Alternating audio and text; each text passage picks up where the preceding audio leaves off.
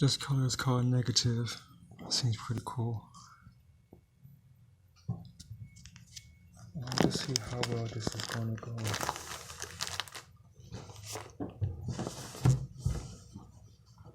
Okay, I'm still reading the complete short stories of Mark Twain.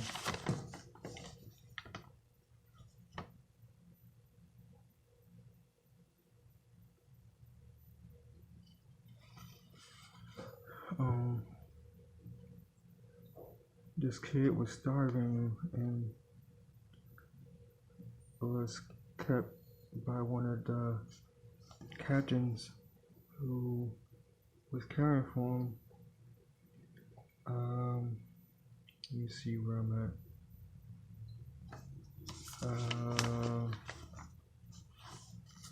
Okay.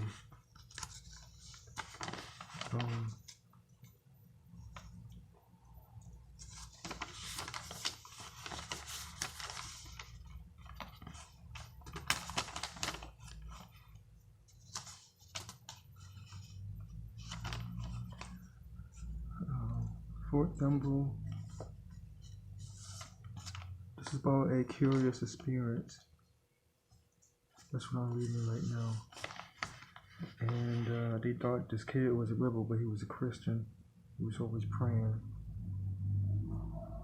I think he was lost because at the end of the page, the part I read when he found his mom and he found out that the kid was not a spy, that they thought that he had some information to send to someone to kill the rivals who was staying somewhere at a place. I think it was on the ship, but I'm not sure. I want to read to see what part of word that I was talking about.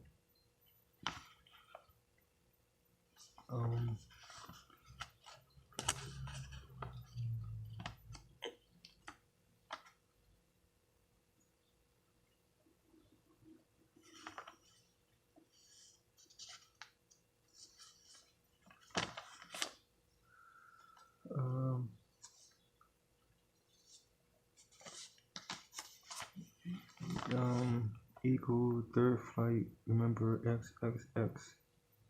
X166. Presently, Wicklow entered.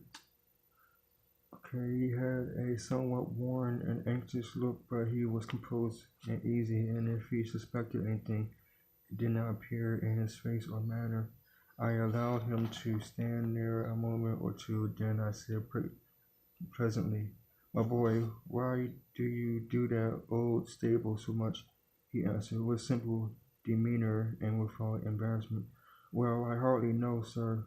There isn't any particular reason except that I like to be alone and I amuse myself there." "You amuse yourself there, do you?" "Yes, sir," he replied as innocently and simply as before. "Is that all you do there?" "Yes, sir," he said, looking up with childlike wonderment in his big soft eyes. "You are sure?" "Yes, sir, sure." After a pause, I said, "Wicklow, why do you write so much?" I do not write much, sir." "You don't?" "No, sir." Oh, if you mean scribbling, I do scribble some for amusement." "What do you do with your scribblings?" "Nothing, sir. Throw them away." "Never send them to anybody?" "No, sir. I certainly addressed for him in the letter to the colonel." He started slightly, but immediately composed himself. A slight tinge spread itself over his cheek. "How came you to send this piece of scribbling, then?" "I never meant any harm, sir. Never meant any harm. You betrayed the armament and condition of the post and mean no harm by it." He hung his head and was silent. "Come, speak up and stop lying. Whom was this letter intended for?" He thought that he wrote a letter as a spy to somebody to come get them, but it was not true. So it seemed to them that he was against them.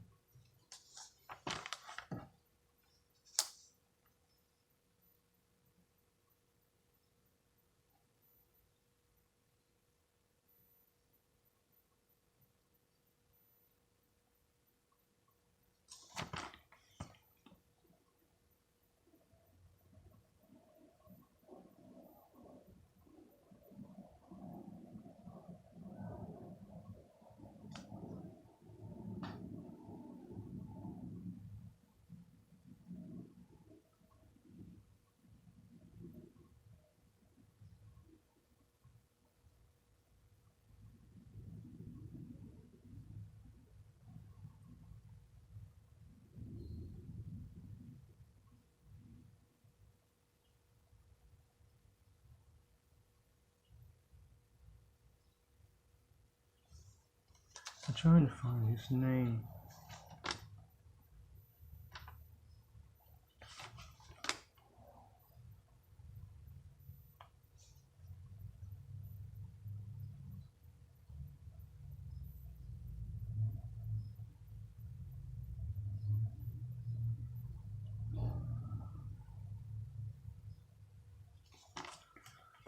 Okay,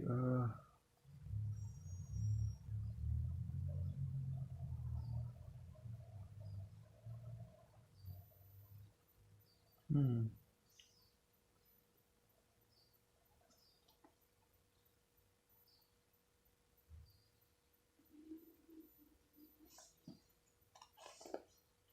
What's his name? I looked at Webb. He dropped his eyes. He looked at me. I dropped mine. Neither spoke. I put the book reverently back in its place. Presently, Webb got up and went away without remark. After a little, I nerved myself up to my unpalatable job and took the plunder back to where it belonged, crawling on my stomach as before. Hmm.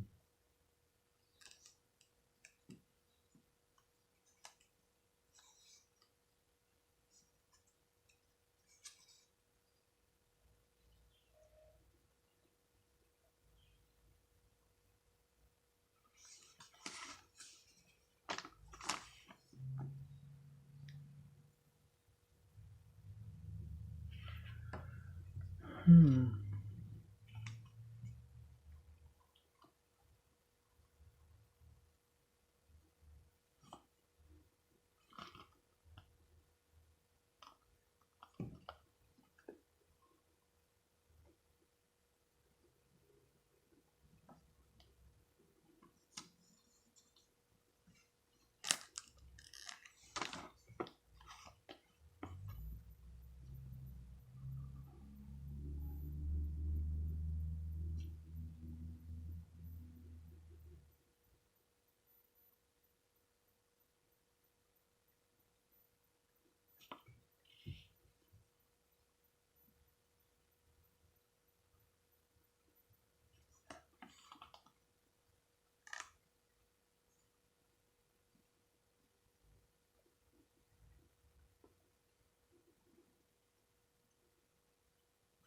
Hmm.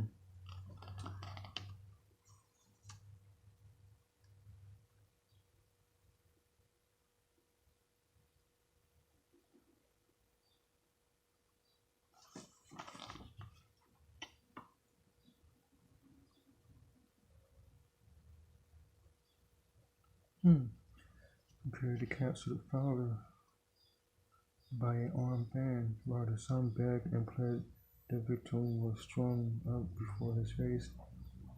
At his point, a baleful light shone in the youth's eyes, and he said with the manner of one who talks to himself, "If I cannot be enlisted, no matter, I shall find a way, I shall find a way." As soon as the father was pronounced dead, the son was told that if he was not out of that region within 24 hours, it would go hard with him. That night he crept to the riverside and hid himself near a plantation landing. By and by, the Duncan F. Kenner stopped there. and he swam out and concealed himself in the yawl that was dragging at her stern. Before daylight, the boat reached the stock landing and he slipped ashore. He walked the 3 miles which lay between that point and the house of an uncle of his good Children Street in New Orleans, and then his troubles were over the time being. But this uncle was a Union man too, and before very long he concluded that he had better leave the South. So he and young Wicklow slipped out of the country on board a sailing vessel, and in due time reached New York, but put up at the Astor House. Young Wicklow had a good time of it for a while, strolling up and down Broadway and observing the strange northern sights. But in the end of a change came, and not for the better. The uncle had been cheerful at first, but now he began to look troubled and and despondent. Moreover, he became moody and irritable. Talk of the money given out and no way to get more. Not enough left for one, let alone two.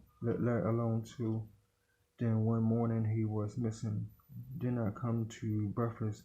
The boy inquired at the office and was told that the uncle had paid his bill the night before and gone away to Boston. The clerk believed, but was not certain.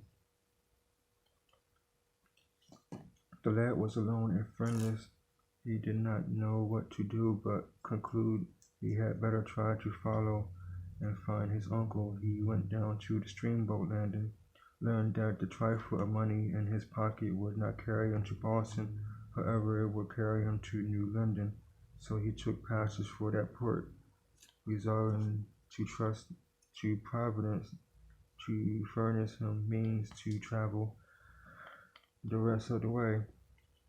He had now been wandering about the streets of New Orleans 3 days and nights, getting a bite and a nap here and there for charity's sake, but he had given up at last.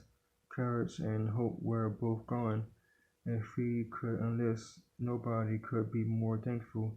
If he could not get in as a soldier, couldn't he be a drummer boy?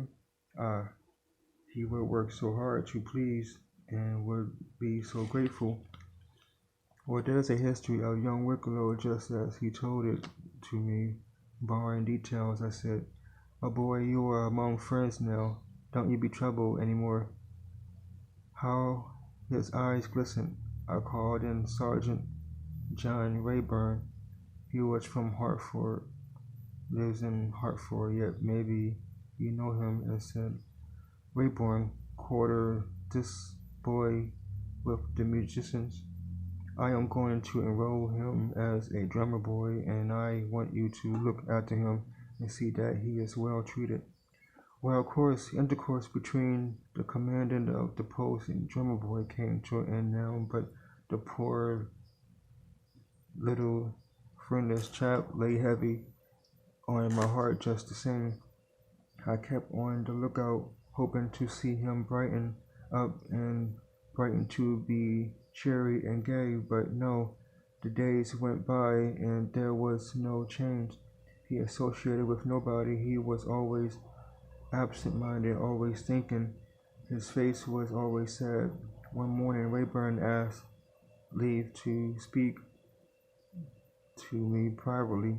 Said he, "I hope I don't offend, sir, but the truth is the musicians are in such a sweat it seems as if somebody got to speak." "Why, what is the trouble?" "It is Wicklow, boy, sir. The musicians are down on him to an extent you can't imagine." "Well, go on, go on. What has he been doing?" "Praying, sir." "Praying?" "Yes, sir. The musicians haven't any peace in their life for that boy praying.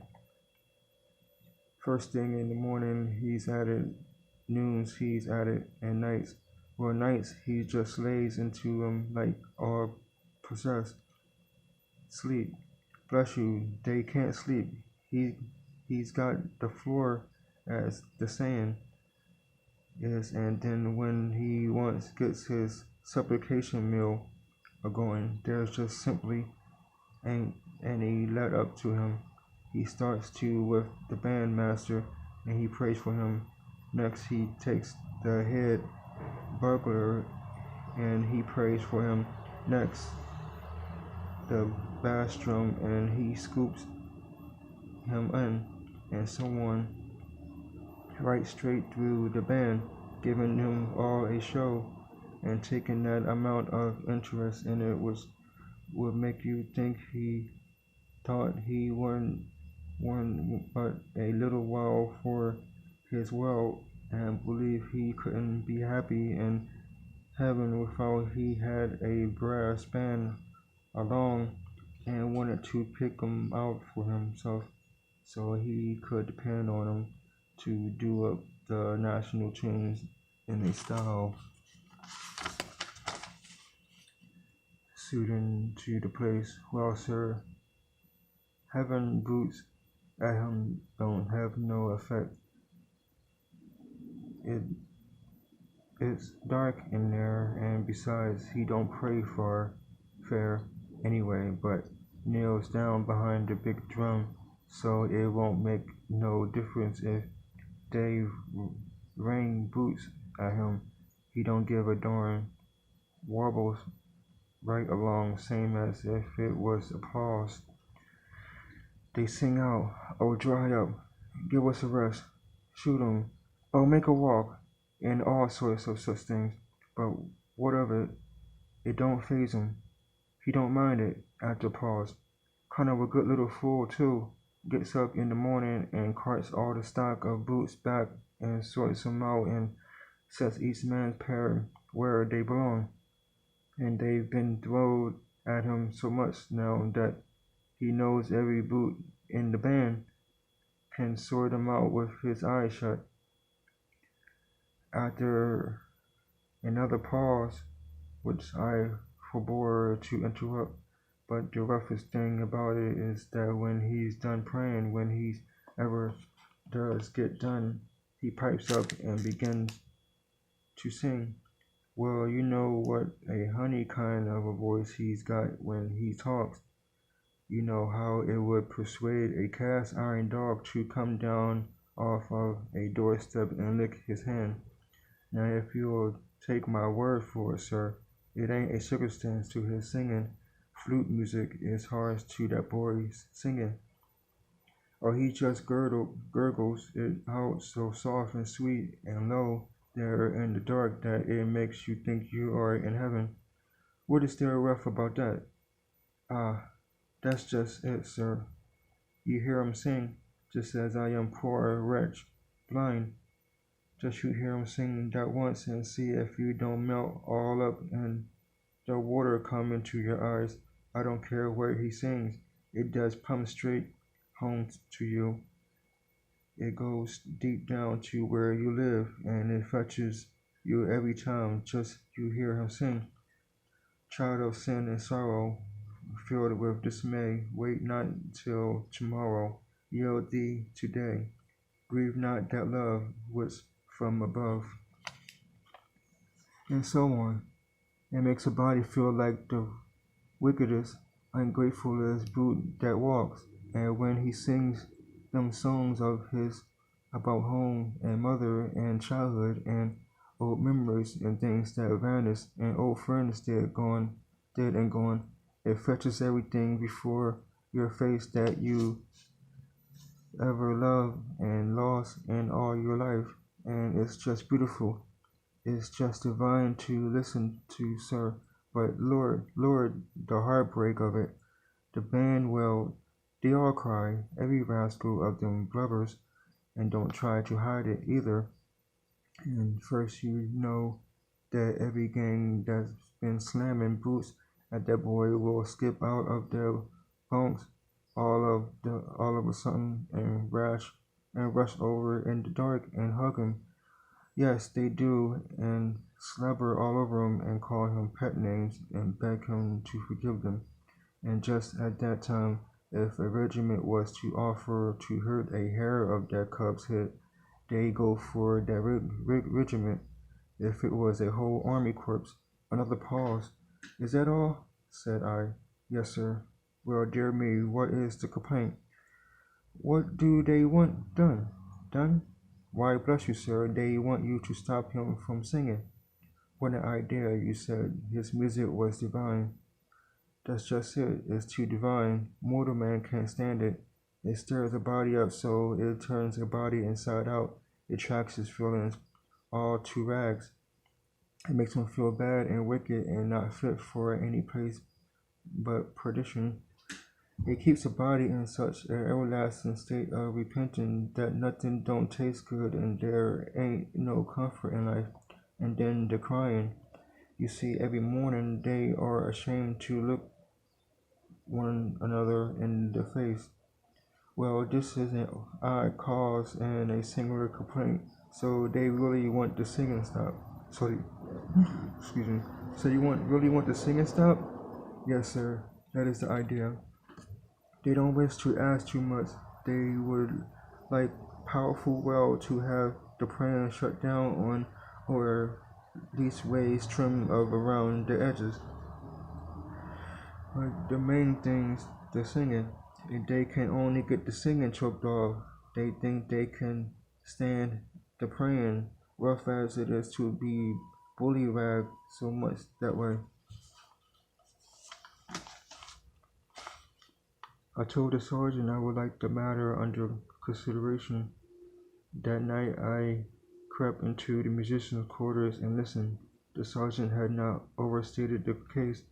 I heard the praying voice played in the dark. I heard the excretions of the harassment. I heard the rain of boots whiz through the air and bang the thump around the big drum.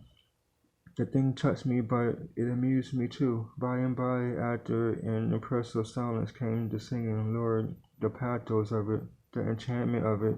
Nothing in the world was ever so sweet, so gracious, so tender, so holy, so moving. I made my stay very brief. I was beginning to experience emotions of sort not proper to the commandant of the fortress. Next day I issued orders which stopped the praying and singing. Then followed 3 or 4 days which were so full of bounty jump excitements and irritations that I never once thought of my drummer boy. But now comes Sergeant Rayburn one morning and says, "That new boy acts mighty strange, sir." "How?" "Why, sir, he's all the time writing." "Writing? What does he write? Letters?" "I don't know, sir, but whenever he's off duty, he's always poking and nosing around the fort all by himself.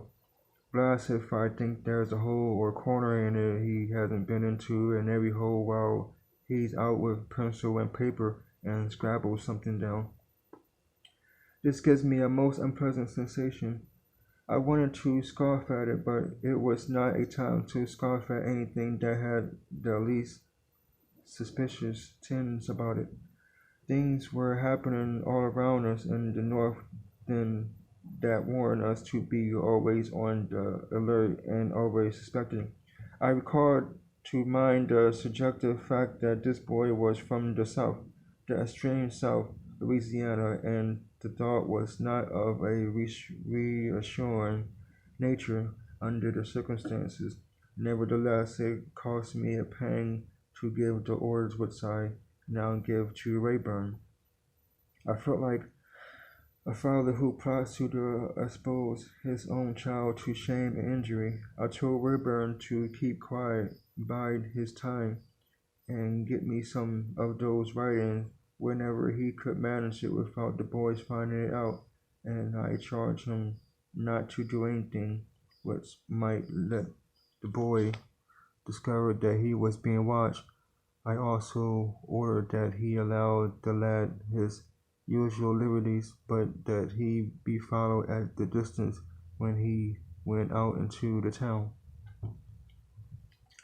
During the next 2 days, Rayburn reported to me several times. No success. The boy was still writing, but he always picketed his paper with a careless air whenever Rayburn appeared in the vicinity.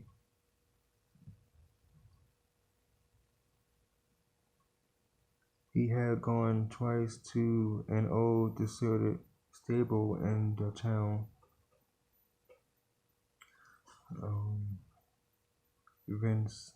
vicinity. Okay. We remained a minute or two and come out again. One poor, not poo-poo these things. They had an evil look. I was obliged to confess to myself that I was getting uneasy. I went into my private quarters and sent for my second command and officer of intelligence and judgment, son of General James Watson Webb. He was surprised and troubled. He had a long talk over the matter and came to the conclusion that it would be worthwhile to institute a secret search. I determined to take charge of that myself, so I had myself called at 2 in the morning, and pretty soon after I was in the musician's quarters, crawling along the floor on my stomach along the snores. I reached my slumbering waist bunk at last without disturbing anybody, captured his clothes and kit, and crawled stealthily back again. When I got my own quarters, I found Webb there waiting and eager to know the result. He made searching immediately. The clothes were a disappointment. In the pockets, we found blank paper and a pencil, nothing else except a jacket knife and such queer odds and ends and useless trifles as boys hoard and value. He turned to the kid hopefully. Nothing dares but a rebuke for us. A little Bible with his written on the fly-leaf. Stranger, he kind to my boy. For his mother's sake.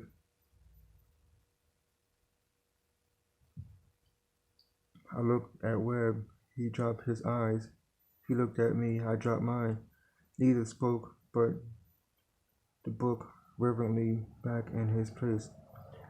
Presently, Webb got up and went away without remark. After a little, I nerved myself up to my unpalatable job and took the plunder back to where it belonged, crawling on my stomach as before. It seemed a peculiarly appropriate attitude for the business I was in. I was most honestly glad when it was over and done with. About none next day, Rayburn came, as usual, to report. I cut him short. I said, "Let this nonsense be dropped. We are making a bugaboo out of a poor little cub who has got no more harm in him than a hymn book." The sergeant looked surprised and said, "Well, you know it was your order, sir, and I got some of it written." "And what does it amount to? How did you get it?" I peeped through the keyhole and see him writing.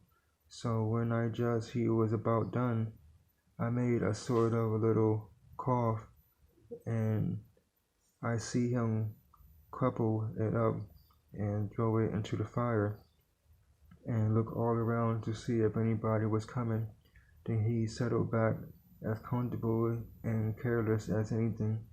Then I comes in and passes the time of day presently and sends him on a errand. He never looked uneasy, but went right along.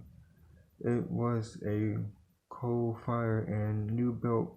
The writing had gone over behind a chunk out of sight, but I got it out. There it is. It ain't hardly scorched, you see. I glanced at the paper and took in a sentence or two. Then I dismissed the sergeant and told him to send Webb to me. Here is the paper in full. Fort Dumble, the 8th Colonel. I was mistaken as to the caliber of the 3 guns I ended my list with. They are 18-pounders. All the rest of the armament is, as I stated. The garrison remains as before reported, except that the two light infantry companies that were to be detached for service at the front are to stay here for the present. Can't find out for how long just now, but will soon. We were satisfied that all things considered matters had better be postponed on. There broke off. There is where Rayburn coughed and interrupted the writer.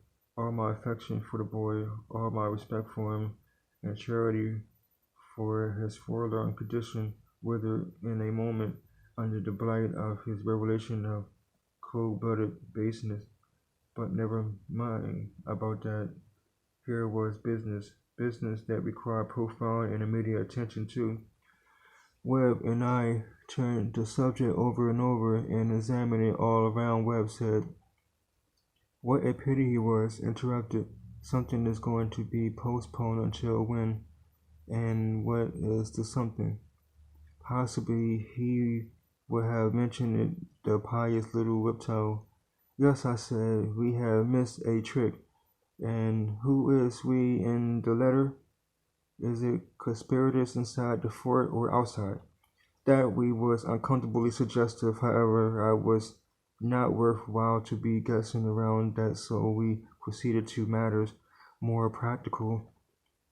In the first place, we decided to double the sentries and keep the strictest possible watch. Next, we thought of calling Wicklow in the making. Him divulge everything, but that did not seem wisest until other methods should fail. We must have some more of the writings, so we began to plan to that end. And now we had an idea. Wicklow never went to the post office. Perhaps the deserted stable was his post office. We went for my confidential clerk, a young German named Stern, who was a sort of natural detective. Sterney, who was a sort of natural detective, and told him all about the case and ordered him to go to work on it. Within the hour we got word that Wicklow was writing again. Shortly afterwards word came that he had asked leave to go out into the town. He was detained a while, and meantime Sterney hurried off and concealed himself in the stable.